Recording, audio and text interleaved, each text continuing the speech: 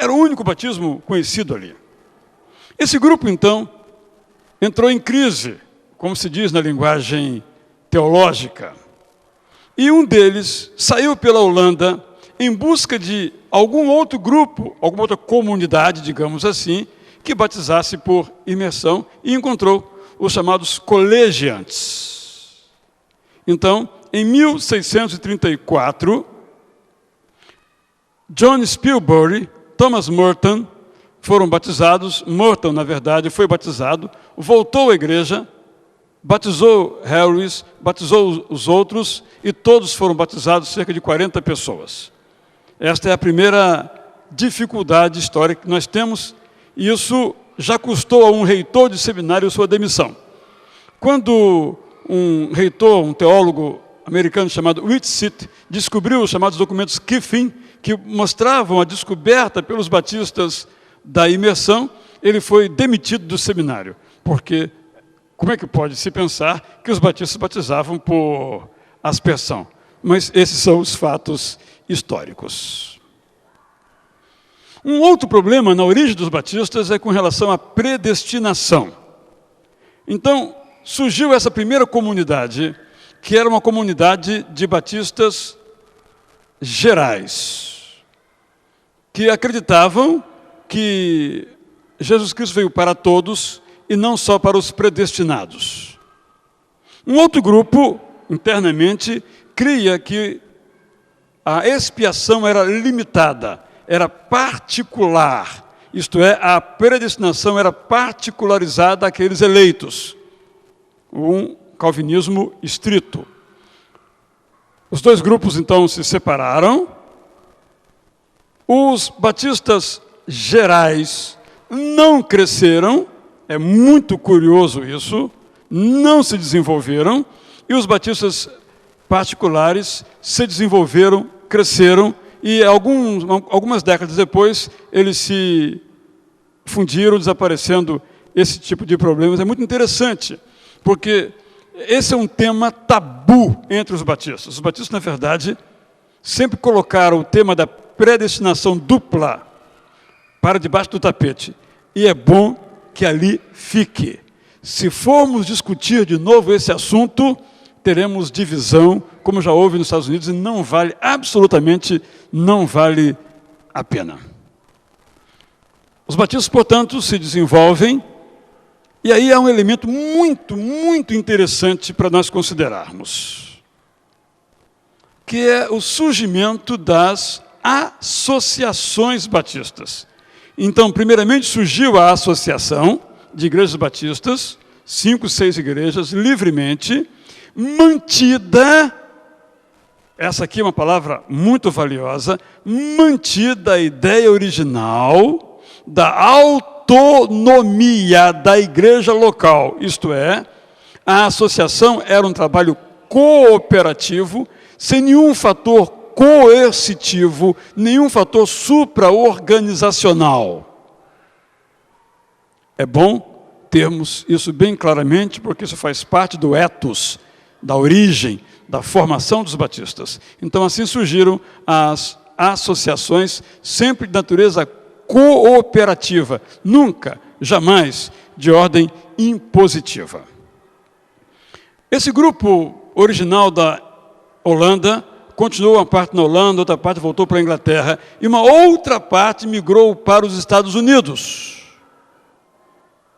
Nós estamos aqui falando do século XVII, onde há uma tremenda onda de renovação espiritual na Inglaterra, que incluía elementos de ordem política. Naquele tempo, tudo era muito misturado, e os batistas fizeram essa revolução. No meu livro, A Celebração do Indivíduo, eu chamo ao movimento batista como sendo parte daquilo que é denominado de protoliberalismo. Há um nascente liberalismo na Inglaterra dos séculos XVI, século XVII. Essa palavra demanda uma explicação. Liberalismo, na sua gênese, não tem nada a ver com ideias racionalistas que não aceitam milagres, por exemplo, como a encarnação, como a ressurreição, como a concepção pelo Espírito Santo de Jesus Cristo por Maria, o liberalismo se tornou isso, mas originariamente não. O que é o liberalismo? O liberalismo é a crença que o indivíduo é o senhor de si mesmo. O liberalismo prega a autonomia do indivíduo, e nesse caso os batistas são completamente liberais, nesta acepção da palavra. Os batistas fazem parte desse grande movimento que começa com a Renascença, chega à Inglaterra e a demais países, de afirmação da competência da alma. O grande teólogo Y. Mullins coloca muito claramente isso. Langston repete isso quando escreveu O Princípio do Individualismo como expressão doutrinária. É um livro muito valioso, embora curtinho, dos anos 30 no Brasil, vale a pena a sua leitura. A alma é competente, não precisa de nenhuma ajuda, de nenhum auxiliar, seja uma igreja, um sacramento, ou seja o Estado. Então esse é um valor absoluto dos batistas. Esse ideário, então, chegou aos Estados Unidos. E aqui vem a minha tese, em que eu me distingo dos demais historiadores, porque, para mim, o mais importante na compreensão do que sejam os batistas não é a experiência americana, mas é a experiência inglesa. Nesse sentido, os batistas brasileiros são mais ingleses do que americanos. Houve influência americana? Certamente houve. Muita influência. Por exemplo, o landmarquismo, a ideia de que só é igreja a igreja local, o que gera, por exemplo, a ceia ultra restrita, é algo que não existia nos Estados Unidos, na Inglaterra, surgiu nos Estados Unidos. Também não havia na Inglaterra a ideia do sucessionismo.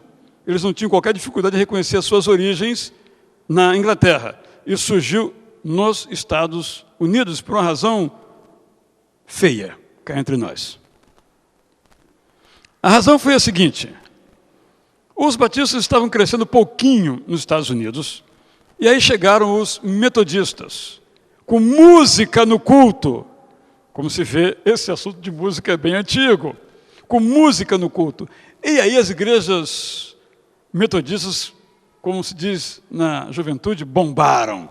E os batistas correram atrás do prejuízo e também colocaram música, porque não tinha música, só tinha aquela musiquinha tipo cantochão católico. Aí entrou o instrumento, entrou a música congregacional, aí os batistas retomaram o seu crescimento e desenvolveram essa teologia do sucessionismo. Vocês metodistas não são assim tão bíblicos, vocês foram fundados aqui no século XVIII, mas nós somos muito mais antigos, vemos desde Jesus Cristo. Foi aí que surgiu essa ideia não científica, não histórica, da sucessão batista. Uma razão que devemos limpar, porque não cabe bem a nós. Nós somos anteriores, sim, aos metodistas, mas não tão anteriores assim, e também isso não tem nenhuma importância. A nossa apostolicidade deve ser dada por nossa fidelidade ao Novo Testamento apostólico e não à cronologia desse tempo ou daquele tempo. Nesse contexto, então, nós temos o crescimento, o desenvolvimento dos batistas nos Estados Unidos, tornando-se lá a principal denominação histórica naquele país e hoje tendo uma imensa comunidade espalhada pelo mundo inteiro, ligadas todas à Aliança Batista Mundial.